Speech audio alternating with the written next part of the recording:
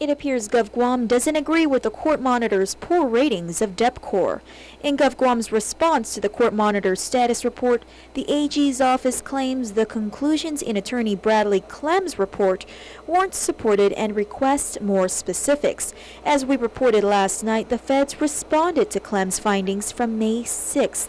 In the report, the feds note that although they have been trying to work with GovGuam to bring DepCor into compliance with the settlement agreement signed back in 1991, that's not the case. Quote, instead, it appears that the territory continues to operate in a reactive mode, perpetually responding to the latest crisis rather than following any plan calculated to provide access to care for inmates, end quote. As a result of Monday's report, the Justice Department went as far as requesting the judge require the government to produce and adopt a written plan outlining DOC's medical, dental, and mental health care needs and objectives and commit to a process and timeline in which to achieve them.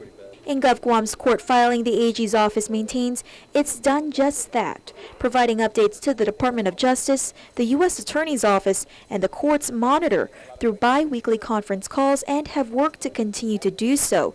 GovGuam's response also outlines how DepCor has hired a third full-time nurse, a records clerk, and is in the process of hiring 48 additional corrections officers, 11 of which are scheduled to commence training this month.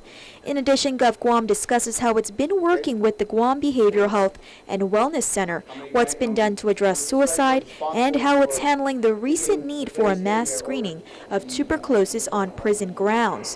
While the federal and local government may not see eye to eye on discussions of DepCor, Senator Brant McCready believes this could be the tipping point that lands DepCor in the hands of federal receivership. What he says could unnecessarily cost GovGuam millions, but hopes can be averted through the construction of a new prison. I think now is the time that we need to move forward and build a new facility and show the federal government that we do have a plan to build a new prison. Because it has to deal with public safety, not just inside the prison walls and the guards and their families, but outside the prison walls as well. In a letter addressed to Governor DeCalvo on Monday, the senator notes a law established back in 2005 could assist the governor with beginning the prison reconstruction process.